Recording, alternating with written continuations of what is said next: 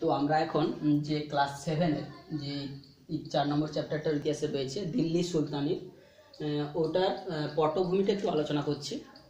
তো দিল্লি সুলতানি অর্থাৎ দিল্লিতে সুলতানদের শাসন ব্যবস্থা। তো এইটা তো দিল্লিতে এতদিন আগে পর্যন্ত অর্থাৎ 4 নম্বর চ্যাপ্টারে যেটা আমরা পড়তে যাচ্ছি 1206 থেকে 1526 পানিপথের যুদ্ধ পর্যন্ত আমরা এই দিল্লি সুলতানির যে পিরিয়ডটা ছিল সেই পর্যায়টা আমরা পড়তে যাচ্ছি।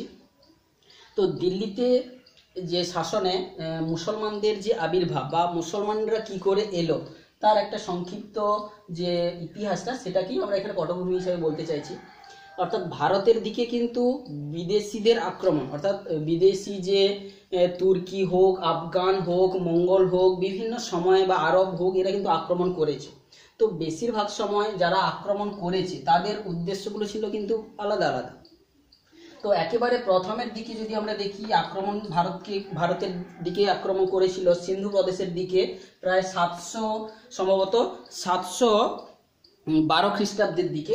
712 খ্রিস্টাব্দের দিকে আরব কোনটা না, আমরা আরবের অবস্থানটা যদি দেখি, ভারতের পশ্চিম দিকে রয়েছে আরব সাগর, আরব সাগরের উত্তর পশ্চিম দিক কোনটার দিকে রয়েছে আরব উপদ্বীপ, যেটা হচ্ছে ভূমধ্যসাগর বা কাস্পিয়ান সাগর, এই সমস্ত সাগরের পরিবেষ্টিত একটা উপদ্বীপ।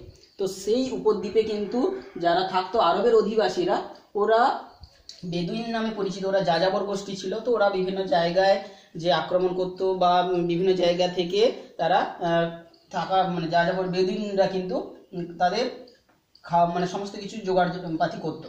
তো এরা কিন্তু প্রথম যে খলিফা ছিল, খলিফা মোহাম্মদ বিন কাসেমের নেতৃত্বে কিন্তু ওরা সিন্ধু প্রদেশকে তারা আক্রমণ করেছিল। অর্থাৎ মুসলমানদের যে আক্রমণের ধারা কিন্তু অনেক আগে থেকেই শুরু হয়েছিল। পরবর্তীকালে আমরা দেখব যে গজনীর সুলতান যে মামুদ, তিনি কিন্তু যিনি হচ্ছে 1000 সাল থেকে 1017-27 সালের মধ্যে 1027 সালের মধ্যে প্রায় 17 বার তিনি ভারত আক্রমণ করেছেন এবং লুণ্ঠন করেছেন।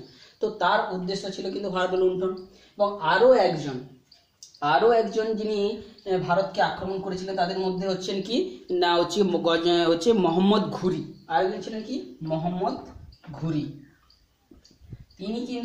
তিনিও ভারত আক্রমণ করেছিলেন। এটা হচ্ছে গজনীর সুলতান মাহমুদ,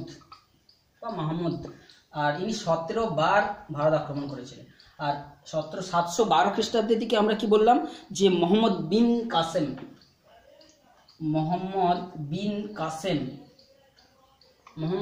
কাসেম এর নেতৃত্বে কিন্তু আরবের মুসলমানরা আক্রমণ করেছিল। তো এইভাবে বিভিন্ন সময় আক্রান্ত হয়েছে আমাদের ভারতবর্ষ। তো আমরা এই সময়টা যদি দেখি 712 বা এই সময়গুলোতে ভারতে কিন্তু এইদিকে আমাদের যে আগের চ্যাপ্টারটা পড়লাম যে সেদিকে বাংলা, গুর্জর প্রতিহার, রাজপুত, চোল, চালুক্য, এই সমস্ত বংশরা ভারতে কিন্তু রাজত্ব করছিল। তো মোহাম্মদ ঘুরি যখন ভারত আক্রমণ করেন, তিনি 1192 থেকে 1206, তিনি 1192-তে কিন্তু তিনি ভারত আক্রমণ করে ভারতের যে তৎকালীন যে রাজপুত রাজার নাম কি ছিল না, তৃতীয় পৃথ্বীরাজ চৌহানকে দ্বিতীয় তরাইনের যুদ্ধে তিনি কিন্তু পরাজিত করে দিয়ে, অর্থাৎ দ্বিতীয় তরাইনের যুদ্ধ যেটা হচ্ছিল 1192 সালে মোহাম্মদ ঘুরির সঙ্গে তৃতীয় পৃথ্বীরাজ চৌহানের, সেইখানে কিন্তু জয় হয়ে দিল্লির সিংহাসন দখল করে। আর এবং সেখানে তিনি তারপরে 1206 সাল পর্যন্ত তিনি সেই যে রাজ্য বিস্তার করেছিলেন সব জায়গায় কিন্তু তার আধিপত্য বিস্তার করে রেখেছিলেন। কিন্তু 1206 সালে যখন তার মৃত্যু ঘটে, তো মৃত্যুর পরে সে এত বড় সাম্রাজ্যকে, মুসলমান সাম্রাজ্যকে, তুর্কি সাম্রাজ্যটাকে লক্ষনজর কি হবে না ভেঙে পড়লো। সেই সাম্রাজ্যের যে তখন 4 জন যে তার বিশ্বস্ত অনুচর ছিল বা সঙ্গী ছিল, সেই 4 জনের মধ্যে তার যে সাম্রাজ্যটাকে, শাসনভারটাকে বণ্টিত করে দেওয়া হয়। তো দিল্লির শাসন ব্যবস্থাটা দখল করেছিল হচ্ছে কি না কুতুবউদ্দিন আইবক, আর বাংলার যে শাসন ব্যবস্থার উপরটা নিয়েছিলেন সেটা হচ্ছে কি না বখতিয়ার খলজি। এছাড়াও গজনি আর মুলতান, এই 2 জায়গায় তারা কিন্তু দুজন শাসনভার যারা নিয়েছিলেন, যে তাজউদ্দিন ইয়ালদুজ এবং নাসিরউদ্দিন কুবাচ। তো এরা কিন্তু বিভিন্ন জায়গায় শাসনভারটা নিয়ে নেয়, কিন্তু এদের মধ্যে একটু রাজনৈতিক গোলযোগ দেখা যায়। একজন অপরজনের যে রাষ্ট্র শাসন যে অঞ্চলকে আক্রমণ করা শুরু করে, তো এটা নিয়ে কিন্তু তাদের মধ্যে একটা সমস্যা সৃষ্টি হয়। তো এই যে সমস্যা কাটিয়ে ওঠে কুতুবউদ্দিন আইবক। কুতুবউদ্দিন আইবক দিল্লিতে কি করেন না, তিনি হচ্ছে তার মুসলমান যে সুলতানি শাসন ব্যবস্থাটা তিনি প্রতিষ্ঠা করেন, এবং সেই সঙ্গে বাংলাতে তৎকালীন যে ইখতিয়ার উদ্দিন মোহাম্মদ বিন বখতিয়ার খলজি, তিনিও প্রাদেশিক শাসনের হিসাবে সেখানটায় তিনি তার শাসনভার নিয়ে নেন। তো এখন দিল্লি এবং লাহোর এই দুটোর দায়িত্ব যার উপর ছিল কুতুবউদ্দিন আইবক। তো এই প্রথমের এই গোলযোগ মেটানো কিংবা পরবর্তীকালে যে বিভিন্ন সমস্যার উদ্ভব হবে তাকে মেটানোর জন্য কি হয়েছিল, যে মুসলমান সম্প্রদায়দের যে ধর্মগুরু রয়েছে তাদের কাছ থেকে কিছু অনুমোদন নিতে হলো। তো এখন চলে আসছি যে এই সুলতানদের সঙ্গে এখন এই যে কুতুবউদ্দিন আইবক, যিনি হচ্ছেন না মামেলুক দাস বংশের প্রতিষ্ঠাতা, তিনি দিল্লিতে কিন্তু শাসন প্রতিষ্ঠা করেন। তো এই সময় যে রাজনৈতিক গোলযোগগুলোকে সামাল দেওয়ার জন্য তখন খলিফার কিন্তু একটা মূল ভূমিকা ছিল। খলিফা যে ইসলাম জগতের যে মূল ধর্মগুরু ছিল, তিনি কিন্তু এটাকে সহজে মিটিয়ে ফেলতেন, এবং তার অনুমোদন পেলেই কিন্তু এই সমস্যাগুলো সব মিটে যেত। তো আমরা যেহেতু সুলতানদের সঙ্গে মুসলমান যে ধর্মের অনেকটাই সম্পর্কিত রয়েছে, তো আমরা এই যে মুসলমান ধর্মটার সম্পর্কে একটু উৎপত্তি এবং তার বিস্তার সম্পর্কে আমরা একটু জেনে নিচ্ছি। তো এটা প্রথমে কি হয়েছে না, আমরা যে আরব উপদ্বীপের কথা বলেছি, সেই আরব উপদ্বীপে দুটো যে গুরুত্বপূর্ণ ধর্মস্থান ছিল, একটা ছিল মক্কা এবং মদিনা। ওখানেই কিন্তু প্রথমে ওই যাযাবর জাতিরা বসবাস করত। তারা কিন্তু খেজুর আর উটের দুধ এগুলো সব খেয়ে তারা বসবাস করত। এরা হচ্ছে যাযাবর গোষ্ঠী এবং সাহসী। এরা কি করত না, সেই দুটো জায়গায় তাদের বসবাস ছিল, কিন্তু তারা কিন্তু বিভিন্ন সম্প্রদায় বিভক্ত থেকে নিজেদের মধ্যে কিন্তু অনেকটা গন্ডগোল তাদের মধ্যে লেগে থাকতো।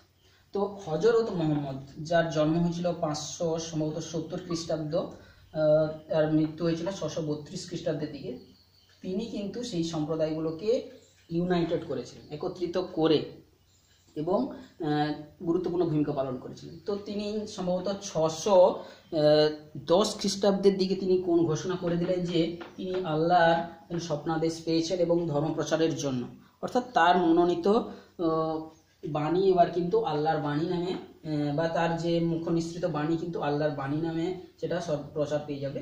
তো সেইটা কিন্তু পরবর্তীকালে মুসলমানদের ধর্মগ্রন্থতে রূপান্তরিত হবে। তো এটা কি না, হযরত মুহাম্মদের জন্মের অনেক আগে থেকেই কিন্তু মক্কা গুরুত্বপূর্ণ অঞ্চল ছিল, সেখানে যে ওই সম্প্রদায়ের মানুষেরা একটা নির্দিষ্ট রীতিনীতি মেনে কাজ করত। কিন্তু পরবর্তীকালে মক্কা শহর থেকে মদিনায় তিনি চলে আসেন সম্ভবত 622 খ্রিস্টাব্দের দিকে। 622 খ্রিস্টাব্দের দিকে হযরত মুহাম্মদ মক্কা ছেড়ে যখন মদিনার দিকে চলে আসেন, তো এটাকে একটা নাম দেওয়া হয়েছে, যে এটাকে হিজরত বলে বলা হয়, এবং ওই সাল থেকে হিজরি সাল নামে একটা সাল গণনা কিন্তু ইসলামদের একটা সাল গণনা কিন্তু শুরু হয়। তো এইভাবে তিনি তারপর থেকে কিন্তু পুরো আরব জুড়ে তার সাম্রাজ্য বিস্তার করা শুরু করেন। প্রায় 10 বছরের মধ্যে তিনি কিন্তু বিশাল এলাকা অধিকার করে ফেলেন, এবং তার মৃত্যুর পর যে কে সেই বিশাল সাম্রাজ্যের অধিকার রক্ষা করবে বা সেটার জন্য যে পদটার আবির্ভাব হয় সেটা হচ্ছে খলিফা। তার যে 4 জন বিশ্বস্ত অনুচর, সেই অনুচরেরা কিন্তু একের পর এক ওই ধর্মগুরুর পদ নিয়ে তারা কিন্তু শাসনটা চালিয়ে যাবে।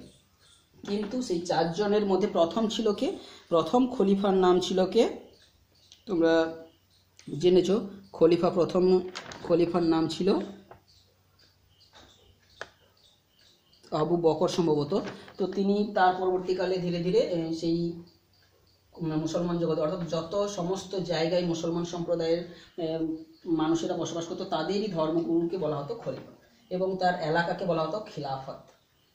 তো এখন এই যে দিল্লির সুলতানের সঙ্গে এই খলিফাদের একটা সম্পর্ক ছিল, যেহেতু কুতুবউদ্দিন আইবক তুর্কি মুসলমান ছিলেন এবং সেই মুসলমান যারা হচ্ছে সেই কোরআন ধর্ম মেনে চলতেন, ধর্ম পালন করতেন, তারা মুসলমান নামে পরিচিত ছিল। তো সেই অনুসারে তারা কিন্তু খলিফার অনুগত ছিল, তাদেরকেও অনুমোদন নিতে হতো।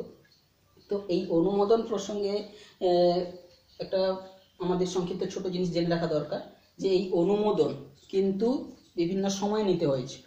যখন যখন সমস্যার উদ্ভব হয়েছে তখন কিন্তু অনুমোদন নিতে হয়েছে। কখন নিতে হয়েছে? 1 নম্বর, যখন এই কুতুবউদ্দিন আইবকের সময় যখন অন্য দুই যে তার অনুচর যখন আক্রমণ করে দিল্লির অধিকার পাওয়ার জন্য, তখন তার অনুমোদন প্রয়োজন হয়েছিল। কিংবা কুতুবউদ্দিনের যে জামাতা যখন ইলতুৎমিশও তার দিল্লির সিংহাসনে বসার জন্য বসানো হয়েছিল, তখন তার জামাই হওয়ার জন্য তাকে কিন্তু অনেক সমস্যার সম্মুখীন হয়েছিল এবং তখন একটা জটিলতাকে সমাধান করার জন্য আবার অনুমোদন নিতে হয়েছিল। তো আরও পরবর্তীকালে দিল্লির সিংহাসনে যখন বিভিন্ন রাজবংশগুলো রাজত্ব করবে, তাদের মধ্যে তুঘলক বংশতে আমরা যখন দেখব মোহাম্মদ বিন তুঘলকের সময়ও একটা কিন্তু সমস্যা দেখা দেবে এবং সেই সমস্যা দূরীভূত করার জন্য কিন্তু খলিফাদের অনুমোদনের প্রয়োজন হবে। তো এখন এই অনুমোদন নিতে গেলে কি করতে হতো না, সুলতানকে অর্থাৎ মুসলমানদের যে শাসককে কি করতে হতো, খলিফাদের উদ্দেশ্যে অনেক কি করতে হতো না, উপর হুকুম দিতে হতো এবং তার বিনিময়ে একটা সুলতানকে যে তার যে দুটো জিনিস তারা দিয়ে পাঠাতো। 1 নম্বর হচ্ছে কি, 1 নম্বর হচ্ছে দুরাবাসটা কি জিনিস না, তার স্বাধীন শাসকের একটা যে প্রতীক দণ্ড সেটা দুরাবাস দিত এবং আরেকটা জিনিস দিত একটা খিলাত বলতে একটা বিশেষ আনুষ্ঠানিক পোশাক, এটা তারা পাঠাত। তো এইটা পেলেই তখন কি হয়ে যেত যে কি হতো না, মানে যে অর্থাৎ তারা স্বাধীন শাসকের মর্যাদা সবাই তখন তাদেরকে দিত।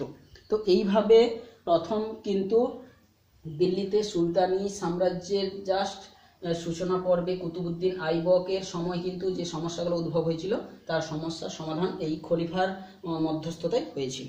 এবং যেহেতু আমরা এই সুলতানি শাসনটা করতে যাচ্ছি, তো এই পারপাসে আমাদের কিছু যে নতুন টার্মের সম্মুখীন আমাদের হতে হবে, সেগুলো যেমন কি, যে নামাজ, মুসলমান সম্প্রদায়ের একটা বিশেষ রীতির কথা, সেটার নামাজ সম্পর্কে, কিংবা এই যে বললাম খিলাত, দুরাবাস, এইগুলো। তাছাড়াও কিন্তু আরও যেটা রয়েছে আমাদের যেমন কি আমির, ওমরাহ, এই সমস্ত যে কিছু সংজ্ঞা, কিংবা হচ্ছে সুলতানাত বা সুলতান কাদের বলা হয়, এইগুলো আমাদের একটু জানতে হবে। প্রথম চলে আসছি যে সুলতান কেন নামটা এসছে, বা সুলতান রাজা এবং সম্রাটদের মধ্যে একটু পার্থক্যটা কি জিনিস, তো সেটাতে আমরা চলে আসছি। প্রথমে চলে আসছি যে দিল্লির সুলতান কথাটার অর্থ কি না, সুলতান যেহেতু এরা জাতিতে তুর্কি ছিল, তারা কিন্তু তৎকালীন ভারতবর্ষে যে সমস্ত রাজারা রাজত্ব করতো তাদের যে উপাধিগুলো বর্জন করে তারা নতুন ধরনের উপাধি নিয়েছিলেন। যেমন কি রাজা আগে ছিল, রাজা ছিল সম্রাট। তো রাজা কারা, সম্রাট কারা না, ছোট্ট রাজ্যের যে অধিপতি তাকে রাজা বলা হতো, আর অনেকগুলো রাজ্যকে জয় করে তখন তাকে সম্রাট বলা হতো। তো এই দুটো উপাধি না নিয়ে সুলতান উপাধি তারা নিয়েছিলেন। তারা ছিল জাতিতে যেহেতু তুর্কি ছিল, তারা আলাদা এক প্রকারের জাতি ছিল, তাই তারা সুলতান নামটা নিয়েছিল এবং তারা যে এলাকাটাতে তাদের আধিপত্য থাকতো তাকে বলা হতো সুলতানাত। তো সেই এলাকার উপর তাদের আধিপত্য থাকতো। তো এখন এছাড়াও সেই সুলতানদের সময় রাজত্বকালে যে অনেক সম্ভ্রান্ত পরিবার, অনেক সম্ভ্রান্ত ব্যক্তিদের মানে বসতি ছিল, তাদেরকে কিন্তু আমির বলা হতো, আমির, এবং তার বহু বছর কিন্তু ওমরাহ। তো এই সমস্ত টার্মগুলো আমাদেরকে জানতে হবে। তাছাড়া আমাদের বইতে যেটা রয়েছে, যেমন ছোট ছোট টুকরো কথার মধ্যে রয়েছে খুতবা জিনিসটা একটা কি, এবং খুতবা জিনিসটা কি আমাদের বইতে যেটা রয়েছে না, এটা একটা হচ্ছে কিন্তু একটা ভাষণ বা এটা একটা হচ্ছে পাঠ করতে হতো। কখন করতে হতো না, শুক্রবারে যখন নামাজটা পড়া হতো, যে দুপুরের নামাজের বিশেষ নাম রয়েছে জোহর, সেই নামাজটা পড়ার পরে কিন্তু খুতবা পাঠটা করতে হতো। সেই পাঠের মধ্যে কিন্তু তৎকালীন যে খলিফাদের নাম কিংবা সুলতানদের নাম ওইটির উল্লেখ করা হতো। তো এইটা কয়েকগুলি হচ্ছে নতুন যে রীতিনীতির আমরা এখানে পরিচয় পাবো। তো এর পরবর্তী ক্লাসে আমরা এই যে দিল্লি সুলতানের রাজবংশ, আমরা তো আজকে পড়লাম পটভূমিটা, তো দ্বিতীয় পর্যায়ে আমরা এই রাজবংশগুলো সম্পর্কে পরিচয়টা পাবো, আমরা আলোচনা করব।